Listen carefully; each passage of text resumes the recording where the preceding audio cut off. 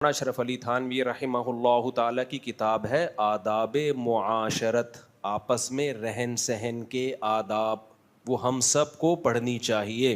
انگریز کے ایٹیٹیوڈ اور انگریز کا تو بہت بعد میں ہے، ہمارے علماء بہت پہلے ان مسائل کو لکھ چکے ہیں قرآن و سنت کی روشنی میں، کہ جب آپس میں رہا جاتا ہے تو کیسے رہا جاتا ہے، کون سا عمل ایسا ہے جس سے دوسرے کو تکلیف ہوگی۔ یہ بہت ضروری ہے، یہ کتاب اسکولوں میں نصاب کا سلیبس کا حصہ ہونا چاہیے۔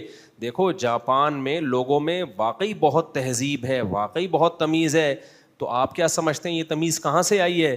اسکولوں میں جاپان میں بچوں کو تعلیم بعد میں دی جاتی ہے، تمیز پہلے سکھائی جاتی ہے، سمجھ رہے ہو؟ اور ہمارے ہاں اسکولوں میں بچوں کو تعلیم بعد میں بھی نہیں دی جاتی، اور تمیز کے بجائے باقاعدہ بدتمیزی سکھائی